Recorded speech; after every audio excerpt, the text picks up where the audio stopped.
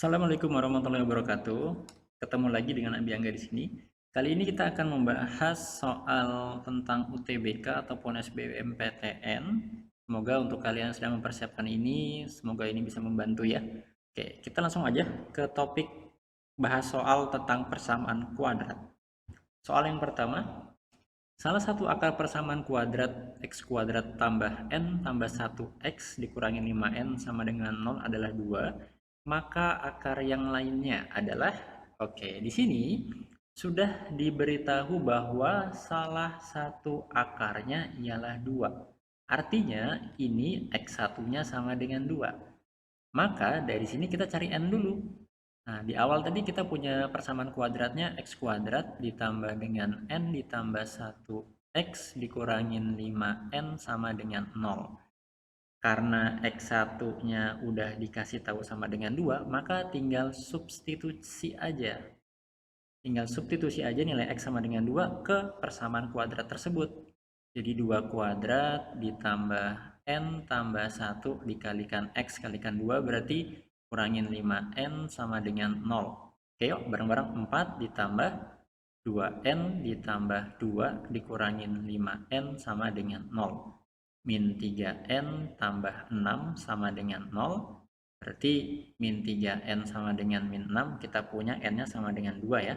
Nah, ketika sudah dapat n sama dengan 2, maka persamaan kuadratnya itu menjadi x kuadrat ditambah n tambah 1. N-nya kan 2 tuh, 2 tambah 1 berarti 3x dikurangin 5n. 5 kali 2 sama dengan dikurangin 10 sama dengan 0.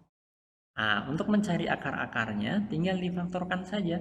X kuadrat tambah 3x kurang 10 sama dengan 0. Berarti x ditambah 5, x dikurangin 2 sama dengan 0. Dari sini kita dapat x sama dengan min 5 atau x sama dengan 2. Kita diminta untuk menentukan salah satunya. Salah satunya kan 2, maka yang satunya min 5. Jawabannya adalah yang A.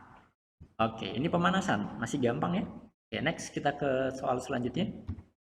Jika persamaan kuadrat x kuadrat kurangin p tambah 2x tambah 4 kurang p sama dengan 0 mempunyai dua akar yang sama. Ingat, kalau dia mempunyai dua akar yang sama, artinya x1 sama dengan x2. Atau kalau dengan syarat yang lain, diskriminannya sama dengan 0. Ingat, D itu rumusnya b kuadrat min 4ac sama dengan 0. Oke? B kuadrat min 4ac sama dengan 0. Udah, dari sini aja kita mainkan. Yuk. Dari bentuk px kuadrat kurangin p tambah 2x tambah 4 min p, semoga nggak ada yang kesulitan. Di situ kita butuh a-nya merupakan koefisien dari x kuadrat, artinya dia sama dengan p. Kemudian b-nya itu koefisien dari x, di situ min buka kurung p tambah 2 ya. Kemudian c-nya yang konstan itu 4 kurang p, 4 kurang p. Karena akarnya sama, maka syaratnya tadi b kuadrat min 4ac sama dengan 0. Maka ya sudah, kita masukin aja ke situ. B kuadrat kurang 4ac sama dengan 0. B kuadrat min p tambah 2 ya. Jadi min buka kurung p ditambah 2 kuadrat kurang 4 dikali a, a-nya p berarti 4p dikali sama c. C-nya 4 kurangin P, tutup kurung sama dengan 0. Kita jabarkan, min dikuadratkan hasilnya positif, P tambah 2 kita kuadratkan, jadinya P kuadrat tambah, ayo 4P ditambah sama 4. Dikurangin, kita jabarkan, min 4P dikalikan 4 berarti 16P, min 4P dikali min P jadinya positif 4P kuadrat sama dengan 0. Tinggal dijumlahkan saja, yang P kuadrat tambah 4P kuadrat hasilnya 5p kuadrat, 4p dikurangi 16p minus 12p ditambah 4 sama dengan 0. Oke, tinggal difaktorkan. Tinggal difaktorkan saja sama dengan 0 di sini berarti 5p kuadrat. 5p dikalikan sama p. Ayo coba dipikirkan berapa ini? Oke, bagus. Minus 2 sama minus 2. Oke ya, 5p kuadrat min 10 min 2p jadi min 12p tambah 4 sama dengan 0. Dari sini kita punya 5p kurang 2 sama dengan 0 sehingga kita punya p-nya sama dengan 2/5. 1 Kemudian yang sebelah sini P kurang 2 sama dengan 0, berarti P sama dengan 2. Jadi himpunan penyelesaiannya ialah 2 sama 2 per 5. Jawabannya yang B. 2 dan 2 per 5. Oke? Jadi kuncinya ialah dua akar yang sama itu di sini diskriminannya sama dengan 0. B kuadrat min 4AC sama dengan 0. Oke, sudah mulai panas kayaknya. Oke, next ke soal nomor 3. Jika jumlah kuadrat akar-akar persamaan kuadrat x kuadrat kurang n tambah 1 x kurang 2n kurang 1 sama dengan 0 sama dengan 26, maka jumlah akar-akar persamaan kuadrat tersebut. Jadi di sini hati-hati. Kalau ada kalimat jumlah kuadrat akar-akar, jumlah kuadrat akar-akar itu artinya kuadratkan dulu baru dijumlah. Ini artinya maksudnya tadi kuadratkan dulu ya, jadi x1 kuadrat ditambah dengan x2 kuadrat. Maksudnya begitu. Jumlah kuadrat berarti kuadratkan dulu baru dijumlah. Nah, kemudian pertanyaan di soalnya, jumlah akar-akar. Nah, udah berarti ini kita diminta untuk menentukan x1 ditambah sama x2-nya ini berapa. Gitu ya. Jadi sebelum menyelesaikan, pahami dulu maksud soalnya bagaimana.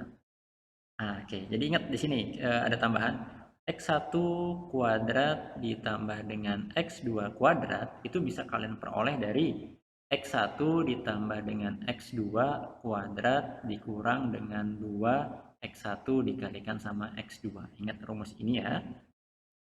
Nah, terus kalau ada yang lupa, x1 ditambah x2 itu rumusnya min b per a.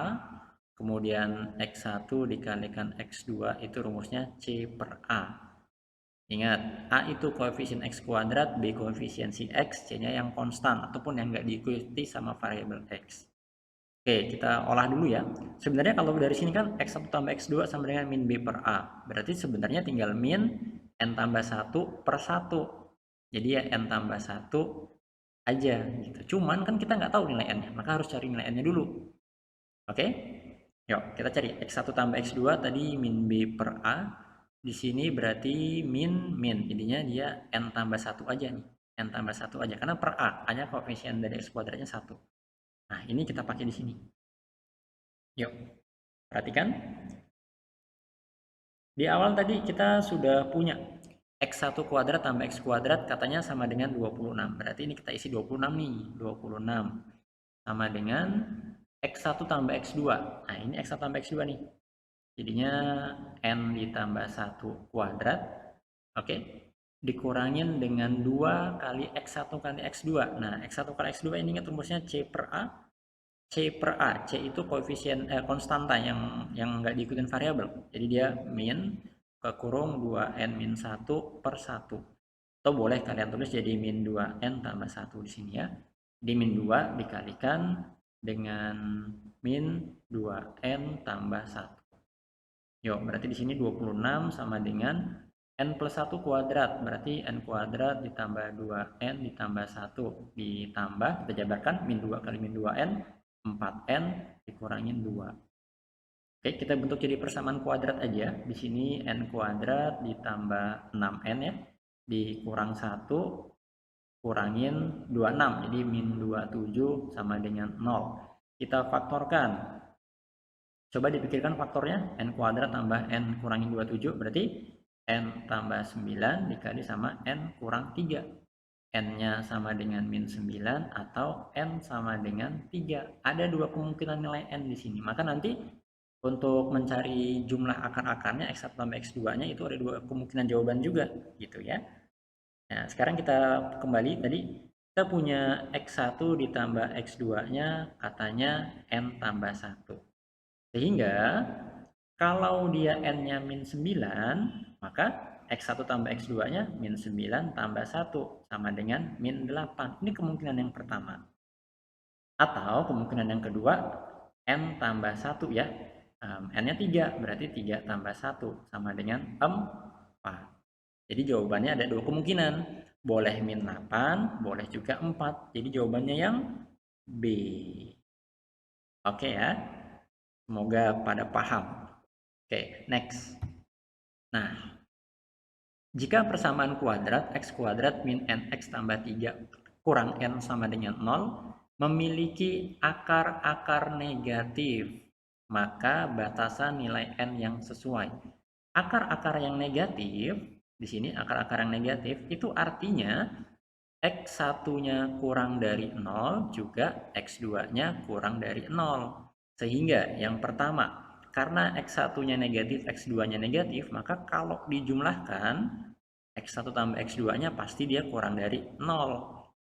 Oke, X1 tambah X2 kurang dari 0. Ingat, X1 tambah X2 itu min B per A kurang dari 0. Ini kalau akar-akarnya negatif. Min B per A. B-nya lihat, B-nya min N. Jadi di sini kita punya syarat yang pertama, N kurang dari 0. 1. A-nya kan 1 ya. Oke.